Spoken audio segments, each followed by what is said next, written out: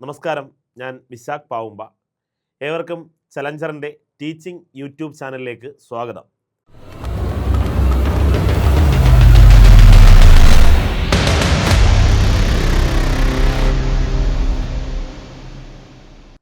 നമ്മൾ ഇന്ന് നോക്കുന്നത് കേട്ടറ്റിന് മുൻവർഷങ്ങളിൽ ഒരുപാട് തവണ ചോദിച്ച കുറച്ച് ചോദ്യങ്ങളാണ്.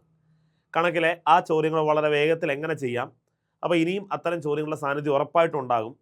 അപ്പോൾ ഈ ചോദ്യങ്ങളൊക്കെ വളരെ വേഗത്തിൽ നമ്മൾ എങ്ങനെ ചെയ്തെടുക്കുന്നു എന്നാണ് ഈ ഒരു വീഡിയോ ക്ലാസ് കൊണ്ട് നിങ്ങളെ കാണിക്കുന്നത്. അപ്പോൾ തീർച്ചയായിട്ടും ആദ്യാവസാനം കൂടെ ഉണ്ടാകണം, ഈ ചോദ്യങ്ങൾ എഴുതി വെച്ച് പഠിക്കണം. അപ്പോൾ എല്ലാവർക്കും ഒരു നല്ല ദിനം നേർന്നുകൊണ്ട് ക്ലാസ്സിലോട്ട് കിടക്കുന്നു. ഫസ്റ്റ് ചോദ്യം ഇങ്ങനെയാണ്: 2 ലൈറ്റ് ഹൗസുകളിൽ ഘടിപ്പിച്ചിട്ടുള്ള ഫ്ലാഷ് ലൈറ്റുകൾ യഥാക്രമം ഓരോ 30 മിനിറ്റിലും ഓരോ 40 മിനിറ്റിലും പ്രകാശിക്കുന്നു. കൃത്യം 8 മണിക്ക് അവ രണ്ടും ഒരുമിച്ച് പ്രകാശിച്ചുവെങ്കിൽ അവ രണ്ടും ഒരുമിച്ച് പ്രകാശിക്കുന്ന അടുത്ത സമയം ഏത്? 4 ഓപ്ഷൻ കൊടുത്തിട്ടുണ്ട്. നിങ്ങൾക്കറിയാം, LCM HCF എന്ന ടോപ്പിക്കുമായിട്ട് ബന്ധപ്പെട്ട ചോദ്യമോ LCM HCF. മക്കളെ, ഓരോ ലൈറ്റ് ഹൗസുകളിൽ ഘടിപ്പിച്ചിരിക്കുന്ന ലൈറ്റുകൾ യഥാക്രമം 30 മിനിറ്റ്, 30 മിനിറ്റ്, അതേപോലെ 40 മിനിറ്റ് ഇടവിട്ടാണ് പ്രകാശിക്കുന്നത്. 30 മിനിറ്റ്, 40 മിനിറ്റ് എങ്കിൽ ഇവ ഒരുമിച്ച് രാവിലെ എത്ര മണിക്കാണ്? 8 മണിക്ക് പ്രകാശിച്ചാൽ അടുത്ത ഒന്നിച്ച് പ്രകാശിക്കുന്ന സമയമാണ് കണ്ടുപിടിക്കേണ്ടത്. അതിന് നമുക്കറിയാം, ഓരോ ലൈറ്റുകളും 30 മിനിറ്റ് 40 മിനിറ്റ് ഇടവിട്ടാണ് പ്രകാശിക്കുന്നത്.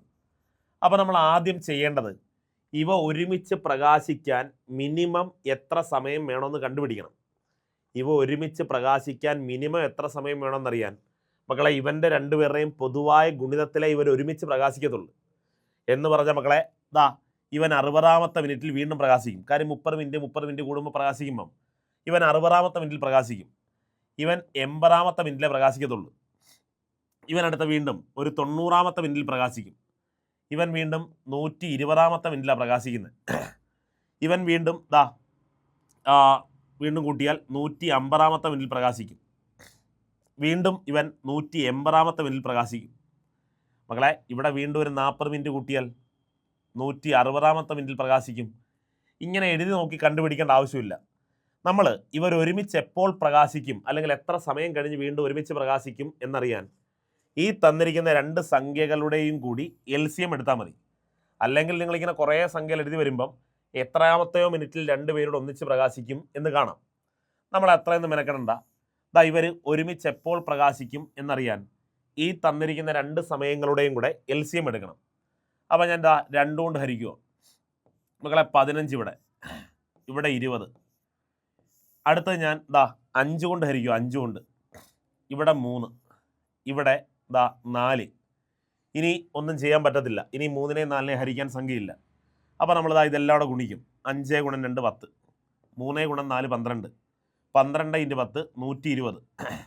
അതായത് ഈ 2 ബൾബുകളും 120ാമത്തെ മിനിറ്റിൽ ഒന്നിച്ച് പ്രകാശിക്കും. ശരിയല്ലയോ മക്കളെ? ഇവൻ 30 മിനിറ്റ് കൂടുമ്പോൾ പ്രകാശിക്കുമ്പോൾ 30ാമത്തെ മിനിറ്റിൽ പ്രകാശിക്കും, 60ാമത്തെ മിനിറ്റിൽ പ്രകാശിക്കും, 90ാമത്തെ മിനിറ്റിൽ പ്രകാശിക്കും, 120ാമത്തെ മിനിറ്റിൽ പ്രകാശിക്കും. മറ്റവൻ 40 മിനിറ്റ് കൂടുമ്പോഴാണ് പ്രകാശിക്കുന്നത്. അപ്പോൾ 40 മിനിറ്റിൽ, പിന്നെ 80 മിനിറ്റിൽ, പിന്നെ 120 മിനിറ്റിൽ. അപ്പോൾ 120ാമത്തെ മിനിറ്റിൽ 2 പേരൂടെ ഒന്നിച്ച് പ്രകാശിക്കും. ശരിയല്ലയോ? അപ്പോൾ ഞാൻ പറഞ്ഞ എന്തുവാ, നിങ്ങൾ ഈ തന്നിരിക്കുന്നതിൻ്റെ LCM എടുത്താൽ മതി. അപ്പോൾ മനസ്സിലായി, ഈ 2 ബൾബുകളും ഒന്നിച്ച് പ്രകാശിക്കണമെങ്കിൽ 120 മിനിറ്റ് കഴിയണം. 120 മിനിറ്റ്. അല്ലെങ്കിൽ ഓരോ 120 മിനിറ്റ് കഴിയും തോറും ഈ ബൾബുകൾ ഒന്നിച്ച് പ്രകാശിച്ചു കൊണ്ടേയിരിക്കും. ഇവിടെയും മിനിറ്റാണ്, ഇവിടെയും മിനിറ്റാണ്. അതുകൊണ്ട് LCM മക്കളെ മിനിറ്റിലായിരിക്കും. അപ്പോൾ മനസ്സിലായി, ഈ 2 ബൾബുകളും ഓരോ 120 മിനിറ്റ് കഴിയും തോറും ഒന്നിച്ച് പ്രകാശിച്ചു കൊണ്ടേയിരിക്കും. ഓരോ 120 മിനിറ്റ് കഴിയും തോറും ഒന്നിച്ച് പ്രകാശിച്ചു കൊണ്ടേയിരിക്കും. എങ്കിൽ ഈ 120 മിനിറ്റ് എത്ര മണിക്കൂറാണ് എങ്ങനെ കണ്ടുപിടിക്കും മക്കളെ? നമുക്കറിയാം, 60 മിനിറ്റാണ് ഒരു മണിക്കൂർ. അപ്പോൾ 120 മിനിറ്റ് എത്ര മണിക്കൂറാണെന്നറിയാൻ 60 കൊണ്ട് ഹരിച്ചാൽ മതി, 2 കിട്ടും. അപ്പോൾ മനസ്സിലായി, ഈ ബൾബുകൾ ഒന്നിച്ച് പ്രകാശിക്കണമെങ്കിൽ ഓരോ 2 മണിക്കൂർ കഴിഞ്ഞുകൊണ്ടേയിരിക്കണം. 2 മണിക്കൂർ കഴിയും തോറും ഇവർ വീണ്ടും വീണ്ടും വീണ്ടും ഒന്നിച്ച് പ്രകാശിക്കും. എങ്കിൽ പറ, ഇവർ ഒരുമിച്ച് പ്രകാശിച്ച അവസാനത്തെ സമയം നമ്മളോട് പറഞ്ഞിട്ടുണ്ട് 8 മണിയാണെന്ന്. രാവിലെ ആയിക്കോട്ടെ, രാത്രി ആയിക്കോട്ടെ, എപ്പോൾ ആയിക്കോട്ടെ. എങ്കിൽ അടുത്ത ഒന്നിച്ച് പ്രകാശിക്കുന്ന സമയം 10 മണിയായിരിക്കും. 8നോട് ഒരു 2 കൂടെ കൂട്ടി 10 മണി. ഓപ്ഷനിൽ 10 മണി ഉണ്ട്. ഓപ്ഷൻ എ 10 മണിയാണ് ശരി ഉത്തരം. മനസ്സിലായോ? എളുപ്പമല്ലേ? ക്ലിയർ ആണെന്ന് കരുതുന്നു. ദാ അടുത്ത ചോദ്യം. ജനുവരി 5 ശനിയാഴ്ചയായാൽ ആ മാസം എത്ര തിങ്കളാഴ്ചകൾ ഉണ്ടാകും? ജനുവരി 5 മക്കളെ ഒരു ശനിയാഴ്ചയായാൽ ആ മാസത്തിൽ എത്ര തിങ്കളാഴ്ചകൾ ഉണ്ടാകുമെന്നാണ് ചോദിക്കുന്നത്. അതിന് നിങ്ങൾ അറിയേണ്ട ഒരു ഫാക്റ്റ് ഇതാണ് മക്കളെ. ഏതൊരു മാസത്തിലും 29, 30, 31 തീയതികളിൽ വരുന്ന ദിവസങ്ങൾ ആ മാസത്തിൽ 5 തവണ ഉണ്ടാകും. കേട്ടോ, ഏതൊരു മാസത്തിലും മക്കളെ 29-ാം തീയതിയും 30-ാം തീയതിയും 31-ാം തീയതിയും വരുന്ന ദിവസങ്ങൾ ആ മാസത്തിൽ 5 തവണ ഉണ്ടാകും. കാരണം എന്താ? ഒരാഴ്ചയിൽ 7 ദിവസമുണ്ട് മക്കളെ. 7 ദിവസങ്ങളും 4 തവണ വീതം വരുമ്പം 7, 4, 28 ദിവസം ആകും. ശരിയാണോ? എടാ 7 ദിവസങ്ങളും 4 തവണ വീതം വരുമ്പം തന്നെ 28 ദിവസമായി. അപ്പോൾ 28 ദിവസം ആകുമ്പോൾ തന്നെ 7 ദിവസങ്ങളും 4 തവണ വന്നു കഴിഞ്ഞു. എങ്കിൽ പിന്നെ 29-ാം തീയതിയും 30-ാം തീയതിയും 31-ാം തീയതിയും വരുന്ന ദിവസങ്ങൾ മക്കളെ ആ മാസത്തിൽ 5-ാമത്തെ തവണയല്ലേ വരുന്നത്? ആണ്. അപ്പോൾ ഈ ഒരു ഫാക്റ്റ് നിങ്ങൾ ഓർത്ത് വെച്ചേ. എടാ 29-ാം തീയതിയും 30-ാം തീയതിയും 31-ാം തീയതിയും വരുന്ന ദിവസങ്ങൾ ആ മാസത്തിൽ 5-ാമത്തെ തവണയായിരിക്കും വരുന്നത്. ബാക്കി എല്ലാ ദിവസങ്ങളും 4 തവണയെ കാണത്തുള്ളൂ. ശരി, എങ്കിൽ പറ, ജനുവരി 5 ശനിയാണ് മക്കളെ. ജനുവരി 5 ശനിയാണ്. ജനുവരി 5 ശനിയാണേ. നമുക്കറിയാം ഈ ശനിയോടൊപ്പം ഈ 5നോടൊപ്പം ഒരു 7 ദിവസം കൂട്ടിയാൽ വീണ്ടും ഈ ശനി തന്നെ വരും. അപ്പോൾ നമ്മൾ 29, 30, 31 ഏതൊക്കെ ദിവസങ്ങളാണെന്ന് കണ്ടുപിടിക്കാൻ പോവാം. അതിന് 5നോട് ഒരു 7 കൂട്ടി 12-ാം തീയതി മക്കളെ വീണ്ടും ശനിയാണ്. നമുക്കറിയാം ഒരു ദിവസത്തിനോട് 7 ദിവസം കൂട്ടിയാൽ വീണ്ടും ഒരേ ദിവസം വരും. അപ്പോൾ 5നോട് 7 കൂട്ടിയാൽ 12 ശനി. 12നോട് 7 കൂട്ടിയാൽ മക്കളെ 19 ശനി. 19നോട് 7 കൂട്ടിയാൽ 26 ശനി. 26ഉം ശനിയാണ്. നമുക്ക് വേണ്ടത് 29 ഇല്ലയോ? അതിനൊന്ന് എഴുതി നോക്കാം. 27 ദിവസമായിരിക്കും, ഞായറായിരിക്കും. 27 ഞായറ. കാര്യം 26 ശനിയാണ്, 27 ഞായർ. 28 തിങ്കളായിരിക്കും. 28. ശരി, അങ്ങനെയെങ്കിൽ മക്കളെ 29 എന്തായിരിക്കും? 29 ചൊവ്വയായിരിക്കും. 30 എന്തായിരിക്കും? 30 ബുധനായിരിക്കും. ജനുവരി ആയതുകൊണ്ട് 31 ദിവസമുണ്ട്. എങ്കിൽ 31 ഏത് ദിവസമായിരിക്കും മക്കളെ? 31 വ്യാഴമായിരിക്കും. വ്യാഴം. എങ്കിൽ ഈ ജനുവരിയിൽ ദാ ഈ ചൊവ്വയും ബുധനും വ്യാഴവും മാത്രം മക്കളെ 5 തവണ വന്നിട്ടുണ്ട്. 5 തവണ. കാര്യം 29-ാം തീയതിയും 30-ാം തീയതിയും 31-ാം തീയതിയും വന്ന ദിവസങ്ങൾ ചൊവ്വയും ബുധനും വ്യാഴവും. അതുകൊണ്ട് ഈ ദിവസങ്ങൾ മാത്രം ഈ മാസത്തിൽ 5 തവണയുണ്ട്. നമ്മുടെ ചോദ്യം എന്തുവാ? എങ്കിൽ ഈ മാസത്തിൽ എത്ര തിങ്കളാഴ്ച ഉണ്ടെന്ന്. മക്കളെ ചൊവ്വയോ ബുധനോ വ്യാഴമോ ആയിരുന്നെങ്കിൽ നമുക്ക് പറയാം 5 തവണയുണ്ട്. എന്നാൽ ബാക്കി ഏത് ദിവസമാണെങ്കിലും ഉത്തരം 4 തവണയേ ഉള്ളൂ. ഓപ്ഷൻ ബി 4 ശരി ഉത്തരം. മനസ്സിലായോ? എളുപ്പമല്ലേ? ഇതാ അടുത്ത ചോദ്യം നോക്കിയേ. തുടർച്ചയായ 7 ഇരട്ട സംഖ്യകളുടെ ശരാശരി 36 ആയാൽ ചെറിയ സംഖ്യ ഏത്? തുടർച്ചയായ 7 ഇരട്ട സംഖ്യകളുടെ ശരാശരി 36 ആയാൽ അതിലെ ചെറിയ സംഖ്യയാണ് കണ്ടുപിടിക്കേണ്ടത്. നമ്മൾ ശരാശരി എന്ന ടോപ്പിക്ക് പറയുന്നത് കണ്ടോ. തുടർച്ചയായ 7 ഇരട്ട സംഖ്യകളെക്കുറിച്ചാണ് പറയുന്നത്. ഞാൻ ആ തുടർച്ചയായ 7 ഇരട്ട സംഖ്യകളെ ഡാഷ് കൊണ്ട് സൂചിപ്പിക്കുക. ഡാഷ് കൊണ്ട്. ഇതാ 2, 3, 4, 5, 6, 7. ഒരു 7 ഇരട്ട സംഖ്യകളെ ഞാൻ വരച്ചു വെച്ച് മക്കളെ പറയുന്നുണ്ട്. തുടർച്ചയായ 7 ഇരട്ട സംഖ്യകളാണ്. എടാ തുടർച്ചയായ 7 ഇരട്ട സംഖ്യകളാണ്. തുടർച്ചയായ 7 ഇരട്ട സംഖ്യകളാണ്. അപ്പോൾ അടുത്തടുത്ത 7 ഇരട്ട സംഖ്യകളാണ് ഞാൻ ഈ വരച്ചു വെച്ചിരിക്കുന്നത്. ഇവയുടെ ശരാശരി 36 എന്നാണ് മക്കളെ പറയുന്നത്. നിങ്ങൾക്കറിയാം ശരാശരി എന്ന് പറഞ്ഞാൽ തുടർച്ചയായ സംഖ്യകളാണെങ്കിൽ അതിൻ്റെ നടുക്കത്തെ ടേം ആയിരിക്കും ശരാശരിയായിട്ട് വരുന്നത്. എടാ അതിൻ്റെ മിഡിൽ ടേം ആയിരിക്കും ശരാശരിയായിട്ട് വരുന്നത്. ഓക്കെ. എടാ ഈ 7 പദങ്ങളുടെ ശരാശരി എന്ന് പറഞ്ഞാൽ നടുക്കത്തെ പദമായിരിക്കും. അപ്പോൾ ഈ 7 പദങ്ങളിൽ നടുക്കത്തെ പദം എന്ന് പറഞ്ഞാൽ മക്കളെതാ ഇതല്ലേ? ഇതാണ് ശരാശരി. എടാ ഇതാണ് ശരാശരി. കാര്യം 7 പദങ്ങൾ നിലനിന്നാൽ, അടുത്തടുത്ത 7 പദങ്ങൾ നിലനിന്നാൽ ഉറപ്പായിട്ടും അവരുടെ ശരാശരി എന്ന് പറഞ്ഞാൽ നടുക്കത്തെ പദമായിരിക്കും. അപ്പം നടുക്കത്തെ പദം ഇവിടെ 4-ാമത്തെ പദമാണ്. ഇവനാണ് ഇവന്മാരുടെ ശരാശരി. എങ്കിൽ ആ ശരാശരിയാണ് തന്നിരിക്കുന്നത് 36 എന്ന്. പറഞ്ഞ് മനസ്സിലായോ? ഇവിടെ ഒരു 7 ടേം നമ്മൾ വരച്ചു വെച്ചാൽ അതിൻ്റെ കറക്റ്റ് നടുവിൽ 36 വരും. കാര്യം നടുവിലത്തെ ടേമാണ് എപ്പോഴും ശരാശരിയായിട്ട് വരിക. എങ്കിൽ ആ ശരാശരി നമുക്ക് തന്നിട്ടുണ്ട് 36 എന്ന്. എങ്കിൽ നമുക്ക് വലിയ സംഖ്യ കണ്ടെത്താൻ അങ്ങോട്ടൊന്ന് നോക്കാം, എഴുതി നോക്കിയാൽ മതി. എന്താ 36 കഴിഞ്ഞാൽ അടുത്ത ഇരട്ട സംഖ്യകളാണേ, അടുത്തടുത്ത 7 ഇരട്ട സംഖ്യകളാണ്. അപ്പം 36 കഴിഞ്ഞാൽ അടുത്തത് 38, പിന്നെ 40, പിന്നെ 42. അപ്പോൾ മനസ്സിലായി, ഏറ്റവും വലിയ സംഖ്യ 42. നമുക്ക് വേണ്ടത് ഏറ്റവും ചെറുതാണ്. അപ്പോൾ ഇങ്ങോട്ട് എഴുതിയാൽ 34, 32, 30. നമുക്ക് വേണ്ടത് ഏറ്റവും ചെറിയ സംഖ്യയല്ലേ?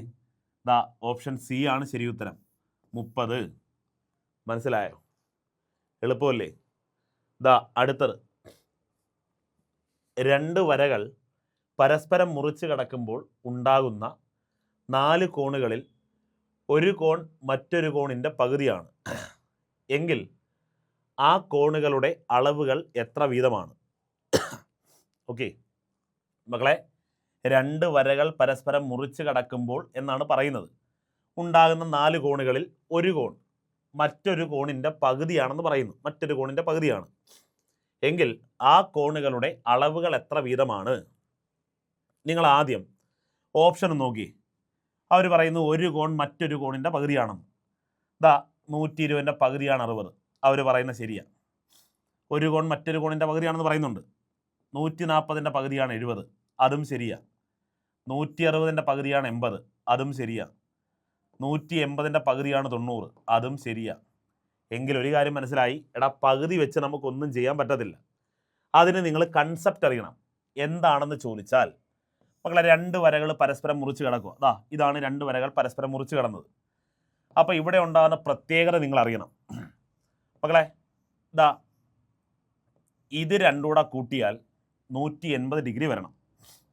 അതായത് ഇതൊരു രേഖീയ ജോഡിയാണ് എന്ന് പറഞ്ഞാൽ ഒരു രേഖയിൽ ഉണ്ടാകുന്ന ഒരു ജോഡി കോണുകൾ. നമുക്കറിയാം ഒരു രേഖയിലെ കോണുകളുടെ തുക 180. അതുകൊണ്ട് ഇതും ഇതുകൂടെ കൂട്ടിയാൽ 180 വരണം, 180. അതേപോലെ ഇതും ഇതുകൂടെ കൂട്ടിയാലും മക്കളെ, ഇതും ഇതുകൂടെ കൂട്ടിയാലും 180 വരണം. കാര്യം ഇതൊരു രേഖയാണ്, ആ രേഖയിൽ ഉണ്ടാകുന്ന ഒരു ജോഡി കോണ ഇതും ഇതും കൂട്ടിയാൽ 180 വരണം. അതുപോലെ ഈ 2 കോണുകൾ കൂട്ടിയാൽ 180 വരണം. അതുപോലെ ഈ 2 കോണുകൾ കൂട്ടിയാൽ 180 വരണം. കൂടാതെ മക്കളെ എതിർ കോണുകൾ തുല്യമാകുകയും വേണം. എതിർ കോണുകൾ തുല്യമാകുകയും വേണം. എതിർ കോണുകൾ തുല്യമാകുകയും വേണം. മനസ്സിലായോ? എതിർ കോണുകൾ തുല്യമാകുകയും വേണം. എങ്കിൽ നിങ്ങൾ പറ, ഞാൻ ഇതും ഇതുകൂടെ കൂട്ടുക. ഇതും ഇതുകൂടെ കൂട്ടിയാൽ 180 വരാൻ പാടുള്ളൂ, 180. ഇതും ഇതുകൂടെ കൂട്ടിയാൽ 180 വരണം. അങ്ങനെയുള്ള ഏതെങ്കിലും ജോഡി ഉണ്ടോ നോക്ക്. കാര്യം അവർ പറയുന്നുണ്ട് 2 വരകൾ പരസ്പരം മുറിച്ച് കിടക്കുമ്പോൾ ഉണ്ടാകുന്ന 4 കോണുകളിൽ ഒരു കോൺ മറ്റൊരു കോണിൻ്റെ പകുതിയാണ്. അങ്ങനെ നോക്കിയാൽ പകുതിയാണെന്ന് നോക്കിക്കഴിഞ്ഞാൽ എല്ലാവരും പകുതിയാണ്. പക്ഷേ നമ്മൾ നോക്ക്, ഇത് രണ്ടും കൂടെ കൂട്ടിയാൽ 180 വരണോ എന്ന കൺസെപ്റ്റ് മനസ്സിലായെങ്കിൽ അങ്ങനെയുള്ള ഏതെങ്കിലും ജോഡി ഉണ്ടോ? ഉണ്ട് മക്കളെ. Option A. ഇവിടെ 60 ഞാൻ എഴുതിയാൽ ഇവിടെ 120 എഴുതാം. ഓക്കെ ആണോ? ഇവിടെ 60 എങ്കിൽ മക്കളെ ഇവിടെയും 60. ഇവിടെ 120 എങ്കിൽ ഇവിടെയും 120. ശരിയാണോ? അപ്പോൾ ഇത് തമ്മിൽ കൂട്ടിയാൽ 180 വരുന്നുണ്ട്. ഇത് തമ്മിൽ കൂട്ടിയാൽ 180 വരുന്നുണ്ട്. ഇത് തമ്മിൽ കൂട്ടിയാൽ ഇത് തമ്മിൽ കൂട്ടിയാൽ 180 വരുന്നുണ്ട്. ഇത് തമ്മിൽ കൂട്ടിയാൽ മക്കളെ 180 വരുന്നുണ്ട്. ശരി ഉത്തരം ഓപ്ഷൻ എ ആണ്. ബാക്കി ആര് വന്നാലും അത് സാധ്യമല്ല. മനസ്സിലായോ? ക്ലിയർ ആണോ? ശരി, അടുത്തത് 12 ചതുരശ്ര സെൻറ്റിമീറ്റർ പരപ്പളവും 14 സെൻറ്റിമീറ്റർ ചുറ്റളവും ഉള്ള ഒരു ചതുരത്തിൻ്റെ നീളവും വീതിയും ആകാൻ സാധ്യതയുള്ളത് ഏത്? മക്കളെ ഇതാണ് 12 സെൻറ്റിമീറ്റർ പരപ്പളവ്. സെൻറ്റിമീറ്റർ സ്ക്വയർ ഉണ്ട് കേട്ടോ. പരപ്പളവ് എന്ന് പറഞ്ഞാൽ ഇതിൻ്റെ ഏരിയയാണ് പരപ്പളവ്. ഏരിയ വിസ്തീർണം. പരപ്പളവും 14 മീറ്റർ ചുറ്റളവും. 14 മീറ്റർ ചുറ്റളവും എന്ന് പറഞ്ഞാൽ 4 കൂടെ കൂട്ടിയാൽ 14 വരണം. 14. അങ്ങനെയുള്ള ഒരു ചതുരത്തിൻ്റെ നീളവും വീതിയും ആകാൻ സാധ്യതയുള്ളത് ഏതെന്നാ ചോദ്യം. അതിന് നമുക്കറിയാം ഇതിൽ നീളം ലെങ്ത്, ഇത് ബ്രെഡ്ത്ത് ബി, വീതി. നീളവും വീതിയുടെ ഗുണിക്കുന്നതാണ് വിസ്തീർണം. നമുക്കറിയാം ഒരു ചതുരത്തിൻ്റെ നീളവും വീതിയും കൂടെ ഗുണിച്ചാലാണ് വിസ്തീർണം കിട്ടുക. വിസ്തീർണം, ആ വിസ്തീർണം മക്കളേതാ 12 പറയുന്നുണ്ട്. അങ്ങനെയെങ്കിൽ നമുക്കിതാ നീളവും വീതിയും, ആദ്യം ആ നീളവും വീതിയും ഒന്ന് പരിശോധിക്കാം. എടാ വിസ്തീർണം എന്താണെന്ന് പറയുന്നുണ്ട്, 12 ചതുരശ്ര സെൻറ്റിമീറ്റർ പരപ്പളവ് വരണം എന്ന് പറഞ്ഞാൽ ഇതിൻ്റെ ഏരിയ 12 വരണം. ഏരിയ കാണുന്ന മക്കളെ നീളം ഗുണം വീതിയാണ്. അപ്പം നീളവും വീതിയുടെ ഗുണിക്കുമ്പം 12 വരുന്ന ഓപ്ഷൻ ആരൊക്കെയുണ്ട്? എടാ നീളം 4, വീതി 3, 4 മുതല ഗുണിച്ചാൽ 12. അപ്പോൾ ഇവിടെ എന്താ നീളവും വീതിയാകാൻ ചാൻസ് ഉണ്ട്. 6ഉം 2ഉം മക്കളെ 6ഉം 2 ഗുണിച്ചാലും 12. നീളം 6, വീതി 2, 6 2 12. 12 1 ഗുണിച്ചാലും 12. എന്നാൽ 9 × 4 36. അതിനെന്തായാലും സാധ്യതയില്ല, അതെന്തായാലും വരത്തില്ല. ഓക്കെ, അപ്പോൾ നമുക്ക് ഒരു ഓപ്ഷൻ എറേസ് ചെയ്യാൻ പറ്റി. ഇനി അടുത്ത പറയുന്നുണ്ട് മക്കളെ, അതിൻ്റെ ചുറ്റളവ് 14 സെൻറ്റിമീറ്റർ ആവണം എന്ന് പറഞ്ഞാൽ ഇത് 4 കൂട്ടുന്നത് മക്കളെ 14 ആവണം. 4 കൂട്ടുന്നത് 14 ആവണം. എങ്കിൽ നിങ്ങൾ പറ, എടാ 4 അതായത് 2 നീളവും 2 വീതിയുടെ കൂട്ടുമ്പോഴാണ് 14 വരേണ്ടത്. 2 നീളവും 2 വീതിയുടെ കൂട്ടുമ്പം 14 വരണമെങ്കിൽ മക്കളെ 1 നീളവും 1 വീതിയും കൂടെ കൂട്ടിയാൽ 7 വരാൻ പാടുള്ളൂ. അതായത് യഥാർത്ഥത്തിൽ 2 × L+B എന്ന് പറഞ്ഞാൽ മക്കളെ 14. അതായത് ചുറ്റളവ് കാണുന്ന സമവാക്യമാണ് 2 × L+B.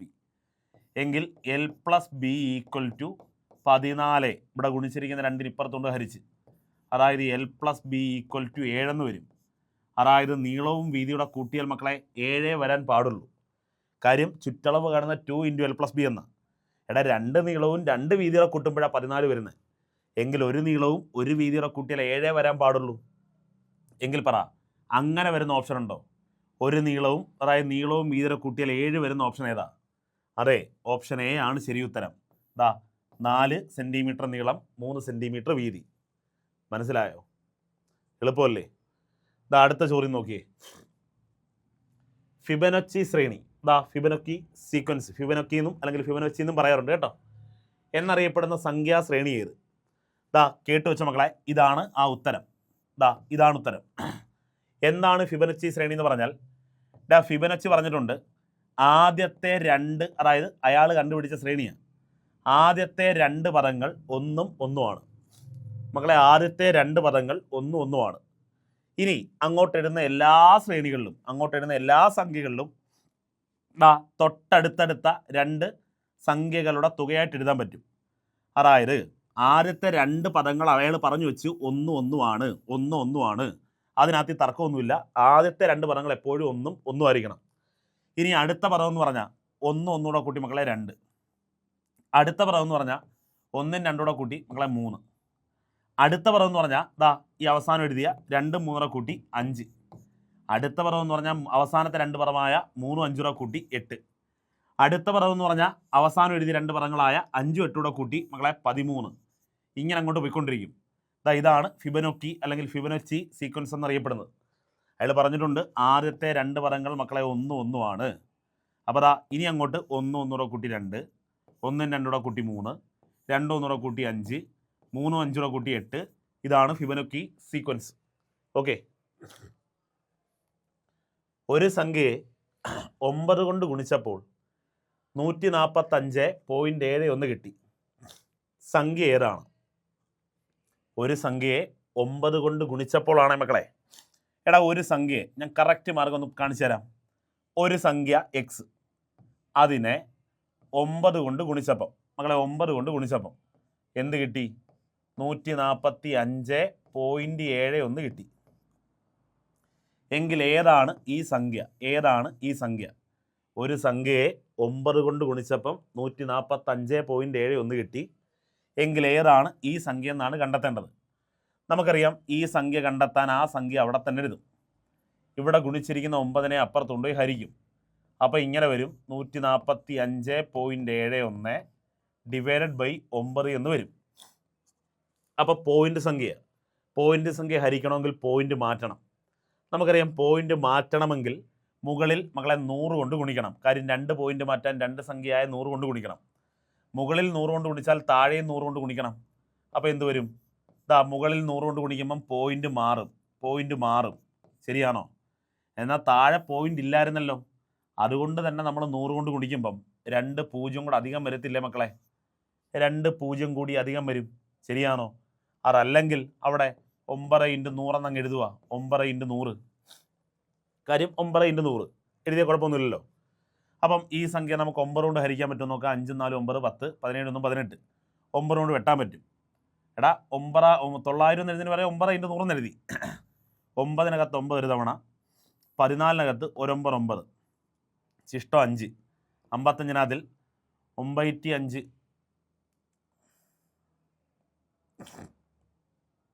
ശിഷ്ടം 5, 55-നകത്ത് 96 54, ശിഷ്ടം 1, 17-നകത്ത് 1 9 9, ശിഷ്ടം 8, 81-നകത്ത് 9 വെട്ടം. ഇതാ 1619 എന്ന് വരും. ഡിവൈഡഡ് ബൈ മക്കളെ ഒരു 100 ഉണ്ടല്ലോ, ഡിവൈഡഡ് ബൈ ഒരു 100 ഉണ്ട്. അപ്പോൾ ആ 100 കൊണ്ട് ഹരിക്കാൻ നമുക്കറിയാം 2 സ്ഥാനം ഇടത്തോട്ട് മാറ്റി പോയിന്റ് ചെയ്താൽ മതി. 16.19 എന്ന് വരും. 16.19 ആണ് ശരി ഉത്തരം. കണ്ടോ? 16.19. ഓപ്ഷൻ സി ആണ് ശരി ഉത്തരം. 16.19. മനസ്സിലായോ? അല്ലാതെ നിങ്ങൾ 900 കൊണ്ട് ഹരിക്കാനൊന്നും പോകണ്ട. എടാ 100 മാറ്റി അങ്ങ് എഴുതിയേരെ. അതായത് 9 കൊണ്ട് ഹരിച്ചിട്ട് പിന്നെ അവസാനം നമുക്കറിയാം 100 കൊണ്ട് ഹരിക്കാൻ 2 സ്ഥാനം ഇടത്തോട്ട് മാറ്റി പോയിന്റ് ചെയ്താൽ മതി. ഓക്കെ, എനിക്കൊരു സംഖ്യ മക്കളെ ഏതാ 68,345-നെ എനിക്കിതാ 500 കൊണ്ട് ഹരിക്കണം. 500 കൊണ്ട് ഹരിക്കണം. നിങ്ങൾ എന്ത് ചെയ്താൽ മതി? 68,345-നെ ഇതാ 500-നെ 5 × 100 എന്ന് എഴുതാം. 5 × 100 എന്ന് എഴുതാം. നിങ്ങളിതിനെ 5 കൊണ്ട് അങ്ങ് ഹരിക്കുക. 5 കൊണ്ട് ഹരിച്ചാൽ കിട്ടുന്ന സംഖ്യയെ പിന്നെ ഇടത്തോട്ട് 2 സ്ഥാനം മാറ്റി പോയിന്റ് ചെയ്ത് പറഞ്ഞാൽ മതി 100 കൊണ്ട് ഹരിക്കാൻ. ശരിയല്ലയോ? ഇതാ അടുത്തത്. അച്ഛൻ്റെ വയസ്സ് 50, മകൻ്റെ വയസ്സ് 18 എങ്കിൽ എത്ര വർഷം കഴിയുമ്പോൾ അച്ഛൻ്റെ പ്രായം മകൻ്റെ പ്രായത്തിൻ്റെ ഇരട്ടിയാകും? നല്ല ചോദ്യം. അച്ഛൻ്റെ വയസ്സ് 50, മകൻ്റെ വയസ്സ് 18 എങ്കിൽ എത്ര വർഷം കഴിയുമ്പോൾ അച്ഛൻ്റെ പ്രായം മകൻ്റെ പ്രായത്തിൻ്റെ ഇരട്ടിയാകും? നോക്കിയ മക്കളെ, അച്ഛൻ്റെ വയസ്സ് എത്ര? 50. മകൻ്റെ വയസ്സ് എത്ര? മകൻ്റെ വയസ്സ് 18. എത്ര വർഷം കഴിഞ്ഞാൽ അച്ഛൻ്റെ പ്രായം മകൻ്റെ പ്രായത്തിൻ്റെ ഇരട്ടിയാകും? ഇപ്പം നിങ്ങളൊന്ന് നോക്കിയേ. മകൻ്റെ പ്രായം 18. 18-ൻ്റെ ഇരട്ടി എടുത്താൽ 36. അച്ഛൻ്റെ പ്രായം കിട്ടുന്നുണ്ടോ? ഇല്ല. എന്നാൽ കുറച്ച് കൊല്ലങ്ങൾ കഴിയുമ്പം അച്ഛൻ്റെ പ്രായം എന്നത് മകൻ്റെ പ്രായത്തിൻ്റെ ഇരട്ടി എടുത്താൽ കിട്ടും. അതായത് മകൻ്റെ പ്രായത്തിൻ്റെ ഇരട്ടി എടുത്താൽ അച്ഛൻ്റെ പ്രായം കിട്ടും. കുറച്ച് കൊല്ലം കഴിയണം. അതിന് രണ്ടുപേരും എത്ര കൊല്ലം കാത്തിരിക്കണം എന്നാണ് ചോദിക്കുന്നത്. ചോദ്യം മനസ്സിലായോ? അതിനൊന്നുമില്ല. എടാ എത്ര കൊല്ലം കഴിഞ്ഞാൽ അച്ഛൻ്റെ വയസ്സ് മകൻ്റെ വയസ്സിൻ്റെ ഇരട്ടിയാകും എന്ന് ചോദിക്കുമ്പം നിങ്ങളെപ്പോഴും ആ മുതിർന്ന ആളുടെ വയസ്സ്, ചിലപ്പോൾ അമ്മയും മകളും ആയിരിക്കും, ചിലപ്പോൾ എക്സും വൈയും ഒക്കെ ആയിരിക്കും. നിങ്ങൾ മുതിർന്ന ആളുടെ വയസ്സ് അങ്ങനെ അങ്ങ് എഴുതണം. അങ്ങനെ തന്നെ എഴുതണം. ഇളയാളുടെ വയസ്സ് 18, അതിൻ്റെ ഇരട്ടി എടുക്കണം. മകളെ മുതിർന്ന ആളുടെ വയസ്സ് അങ്ങനെ തന്നെ എഴുതണം. ഇളയാളുടെ വയസ്സിൻ്റെ ഇരട്ടി എടുക്കണം. ഓക്കെ ആണോ? തമ്മിലൊന്ന് കുറയ്ക്കണം. 50-ന് 36 കുറച്ചാൽ 14. ഓക്കെ, 14. ഇതാണ് നമ്മുടെ ശരി ഉത്തരം. 14 കൊല്ലം കഴിഞ്ഞാൽ അച്ഛൻ്റെ വയസ്സ് മകൻ്റെ വയസ്സിൻ്റെ ഇരട്ടിയാകും. സംശയമുണ്ടോ? ഒന്നുമില്ല. വളരെ സിമ്പിളാ. ഒന്നുമില്ല.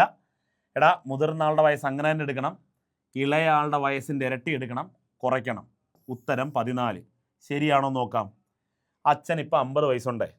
മകളൊരു 14 വർഷമൂടെ കഴിഞ്ഞാൽ അച്ഛൻ 64 ആവത്തില്ലേ? 64. ഇപ്പം 50 ഉള്ള അച്ഛന് 14 വർഷമൂടെ കഴിഞ്ഞാൽ 64 ആകും. ഇപ്പം 18 വയസ്സുള്ള മകൻ 18 വയസ്സുണ്ട്. ഒരു 14 കൊല്ലൂടെ കഴിയുമ്പം 18 10 28 പിന്നെ ഒരു 4 കൂടെ 32 ആവും. 32. ശരിയല്ലയോ? എടാ മകൻ്റെ വയസ്സിൻ്റെ ഇരട്ടി ആവുന്നുണ്ട് അച്ഛന്. 32-ൻ്റെ ഇരട്ടി 64. എളുപ്പമല്ലേ? പറഞ്ഞത് മനസ്സിലായിട്ടുണ്ടാവുമെന്ന് കരുതട്ടെ.